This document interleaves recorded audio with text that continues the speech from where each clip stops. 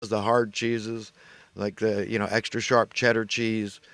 You need it. Fish has a lot of those good healthy things. Sardines, tuna fish. Eat these kind of foods. Eat them in plenty. You'll never gain weight.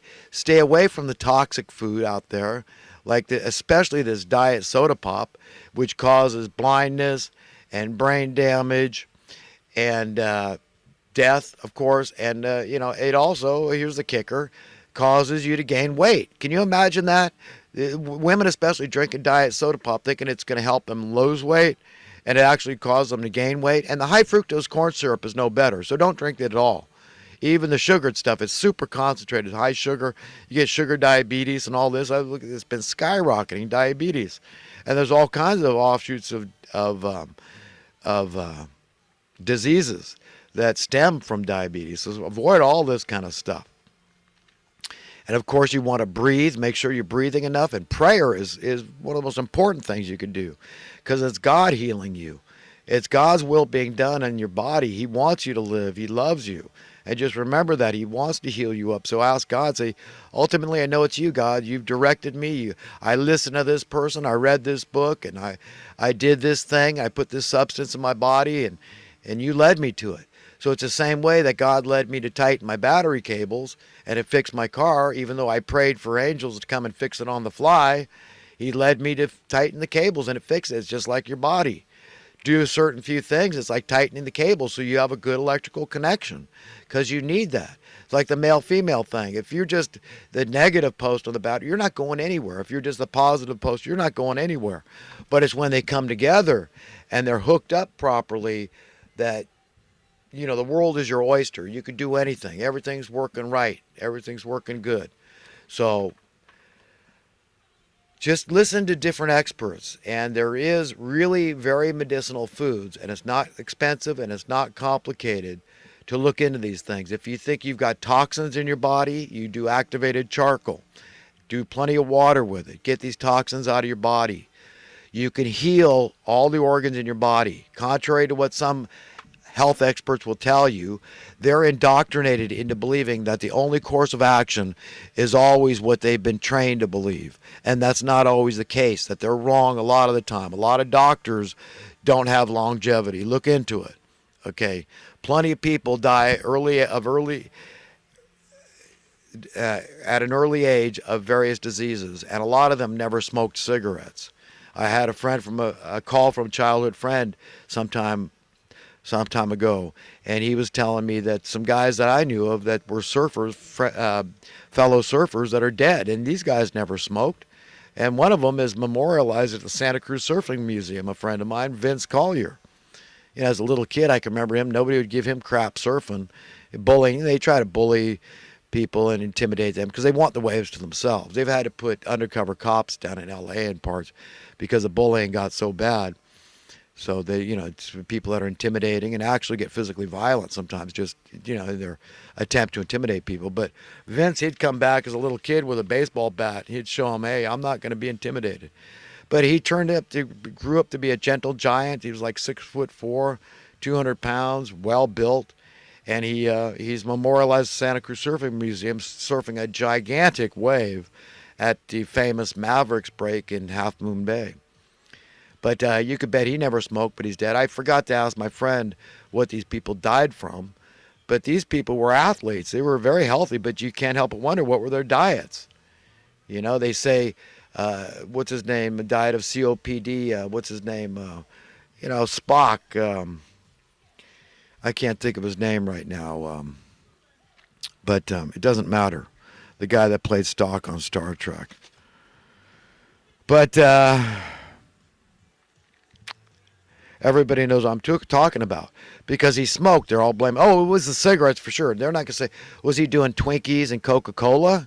I mean, what kind of diet did this guy have? So, no, I don't buy it.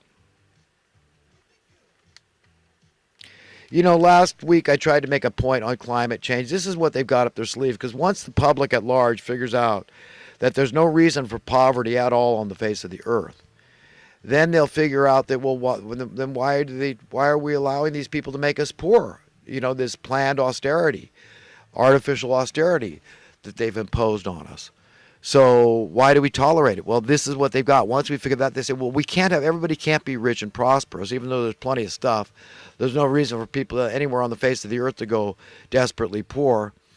We've got to impose this on people, because if everybody's out there and they're taking vacations and they're using up all the energy and the resources and heating and cooling their houses, driving their cars and all this, well, we'll destroy the planet.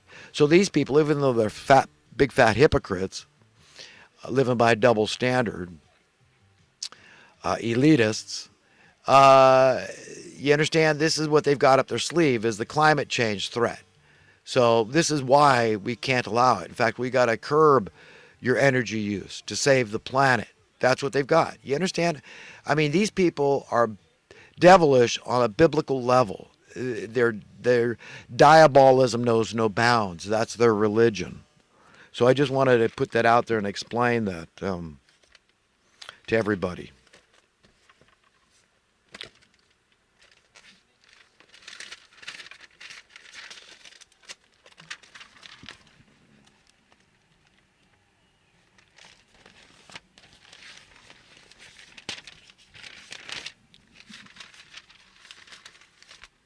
Okay, I'm going to read really quick.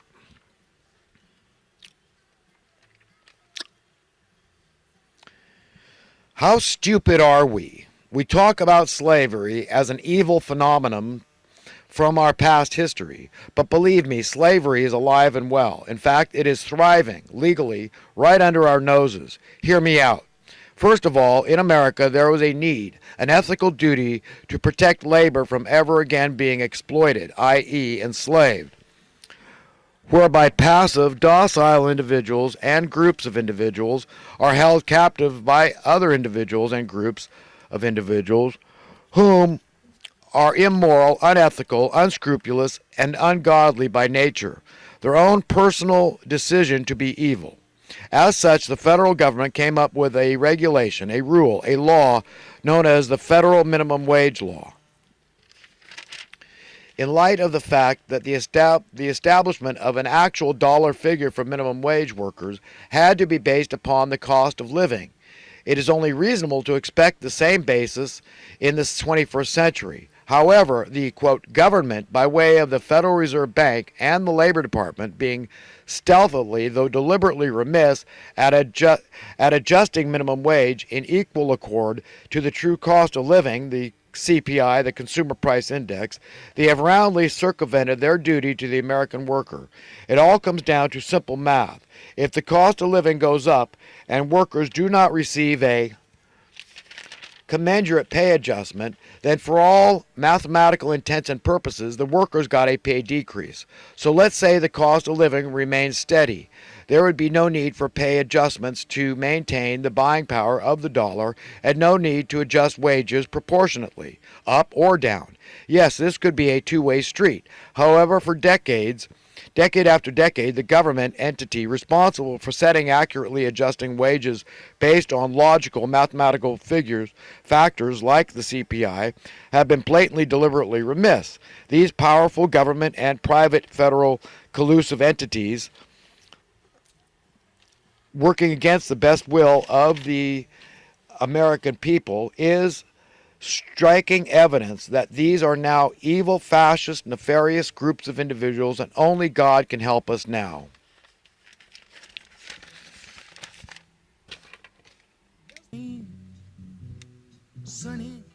All right, I'm going to finish up with a poem here.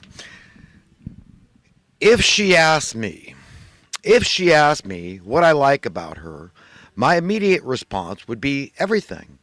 If she prodded me for specifics, I'd say something like this. Maybe it's your sheer genuine cuteness, because it is to die for. Or perhaps it's your sticky, sweet, demure spirit of kindness. And how about your features? For example, your beautiful hair, eyes, figure, and face, all utterly perfect in my eyes. I simply cannot imagine a more perfect woman to be my wife, a perfect wife with a perfect life, precisely as she wishes, no more, no less. That, my friends, will make me happy.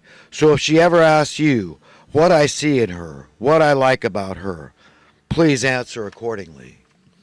Everything. God bless everybody. Have a great weekend, and I love everybody, including my enemies, but my guard's up against those that hate me without a cause. And Lauren, give me a date, sweetheart, please, because I'm still very